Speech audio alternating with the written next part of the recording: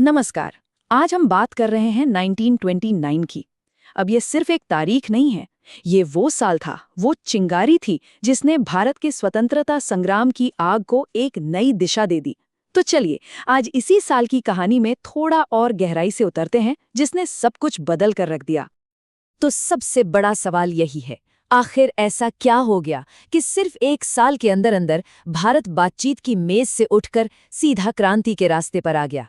आइए एक एक करके उन घटनाओं की परतें खोलते हैं जिन्होंने इतिहास का रुख ही मोड़ दिया। देखिए 1929 के शुरुआत से ही ना हवा में एक अजीब सी बेचैनी थी। ये कोई शांत साल नहीं था, बिल्कुल नहीं। ये तो समझ लीजिए कि घटनाओं का एक ऐसा बवंडर था जिसने पूरे देश को अपनी चपेट में ले लिया और राजनीतिक माहौल एकदम उफान पर था। इस टाइमलाइन को देखिए जरा। हर महीने के साथ तनाव कैसे बढ़ता ही जा रहा था। पहले मजदूर नेताओं की धरपकड़, फिर भगत सिंह का असेंबली में बम फेंकना। हर घटना अंग्रेजों के खिलाफ गुस्से की आग में घी का काम कर रही थी। माहौल एकदम विस्फोटक हो चुका था। और फिर ये घटना हुई, 64 दिन। सोचिए, 64 दिनों की भूख हड़ताल के बाद एक इंसान जतिन दास की जेल में मौत हो जाती है। और इस एक मौत ने पूरे देश को हिलाकर रख दिया। ये सिर्फ एक मौत नहीं रह गई थी, ये एक प्रतीक बन गई। इसने लाखों भारतीयों को एक साथ ला खड़ा किया और ये दिखा दिया कि लोग अब किसी भी बलिदान के लिए तैयार थे। अच्छा, एक तरफ तो भारत में गुस्सा उबल रहा था और दूसरी तरफ हजारों मील दूर लंदन में सत्ता बदल रही थी। ब्रिटेन में एक नई सरकार आई और अचानक से ऐसा लगा कि शायद बातचीत का कोई दरवाजा खुल सकता है। वाइसरॉय लॉर्ड इरविन ने घोषणा की, वादा किया डोमिनियन स्टेटस का, मतलब साम्राज्य के अंदर ही स्वशासन, और साथ में एक गोलमेज सम्मेलन का भी प्रस्ताव रखा। लेकिन इन वादों में एक बहुत बड़ी दिक्कत थी। ये सब गोलमोल बातें थी, कोई पक्की तारीख नहीं, कोई ठोस प्लान नहीं। अब देखिए, भारतीय नेता इन खोखले वादों से तंग आ चुके थे। उनका साफ कहना था, बस बहुत हो गई बातें। अब उन्हें सिर्फ बातचीत नहीं चाहिए थी, उन्हें चाहिए था एक एक्शन प्लान, एक ठोस योजना। वो जानना चाहते थे कि भाई ये डोमिनियन स्टेटस आखिर मिलेगा कब और कैसे।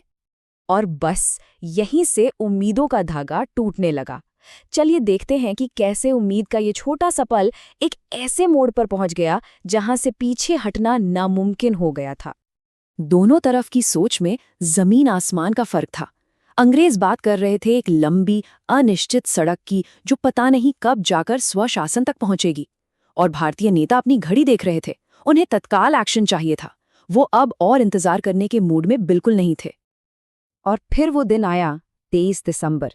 वाइसरॉय ने साफ साफ कह दिया कि वो कोई भी ठोस आश्वासन नहीं दे सकते। बस उस एक नहीं के साथ बातचीत के सारे दरवाजे बंद हो गए। अब टकराव तय था। सवाल ये नहीं था कि टकराव होगा या नहीं, सवाल ये था कि कब और कैसे होगा। बातचीत की ये नाकामी सीधे एक ऐतिहासिक मोड़ पर ले आई, लाहौर कांग्रेस अधिवेशन। यहाँ आंदोलन ने एक बहुत ही साहसिक रास्ता अपनाया, और इस नए रास्ते के लिए एक नया युवा चेहरा चुना गया, जवाहरलाल नेहरू। गांधी जी को यह एहसास हो गया था कि अब आंदोलन को एक नई ऊर्जा चाहिए।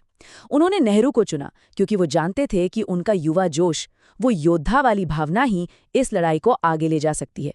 ये पुरानी पीढ़ी का नई पीढ़ी पर एक बहुत बड़ा भरोसा था। नेहरू ने अपने भाषण में कोई लाग लपेट नहीं रखी। उन्होंने आज़ादी की लड़ाई को एक खुली साजिश कहा। ये एक खुला न्योता था हर भारतीय के लिए कि आओ और इसमें शामिल हो जाओ। अब छिपने का नहीं, लड़ने का वक्त था। और फिर 31 दिसंबर 1929 की आधी रात को लक्ष्य हमेशा के लिए बदल गया। अब डोमिनियन स्टेटस की कोई बात नहीं होगी। अब नया और इकलौता लक्ष्य था पूर्ण स्वराज, यानी पूरी मुकम्मल आज़ादी। वो एक पल था जिसने सब कुछ बदल दिया। अब देखिए, एक नया लक्ष्य घोषित करना तो एक बात थी, पर पूरे देश को उसके पीछे एक साथ खड़ा करना, ये एक अलग ही चुनौती थी। इसके लिए कांग्रेस ने एक बहुत शक्तिशाली हथियार तैयार किया, एक प्रतिज्ञा, एक शपथ जो हर भारतीय को लेनी थी। 26 जनवरी 1930 के लिए एक पूरा प्लान बनाया गया। ये सिर्फ कोई विरोध प्रदर्शन नहीं था, ये एकता का एक राष्ट्रव्यापी प्रदर्शन होने वाला था। सार्वजनिक सभाएं होंगी, तिरंगा फहराया जाएगा और हर कोई अपनी भाषा में स्वतंत्रता की शपथ लेगा। ये संघर्ष के एक नए दौर की शुरुआत का ऐलान था। इस प्रतिज्ञा की शुरुआत एक बहुत ही सरल लेकिन दमदार विचार से हुई कि आज़ादी हर इंसान का जन्मसिद्ध अधिकार है, और अगर कोई सरकारी अधिकार छीनती है तो उसे बदलने या हटाने का भी हक है। ये एक ऐसा नैतिक तर्क था जिसे कोई झुठला नहीं सकता था। लेकिन ये प्रतिज्ञा सिर्फ सिद्धांतों पर नहीं रुकी। इसने ब्रिटिश शासन के खिलाफ एक पूरा चार्टशीट पेश किया। इसमें तर्क दिया गया कि अंग्रेजों ने भारत को 4 तरह से तबाह किया है: आर्थिक, राजनीतिक, सांस्कृतिक और आध्यात्मिक रूप से। सबसे पहले आर्थिक तबाही की बात की गई। कैसे भारी भरकम टैक्स ने किसानों की कमर तोड़ दी, कैसे भारत के छोटे छोटे घरेलू उद्योगों को खत्म कर दिया गया ताकि अंग्रेजी सामान बिक सके, और कैसे देश की दौलत को धीरे धीरे करके निचोड़ लिया गया। फिर बात आई राजनैतिक गुलामी की। कैसे भारतीयों को अपने ही देश पर शासन करने के किसी भी अधिकार से दूर रखा गया। अपने भविष्य का फैसला लेने में उनकी कोई भूमिका नहीं थी, जो किसी भी राष्ट्र के लिए सबसे बड़ा अपमान होता है।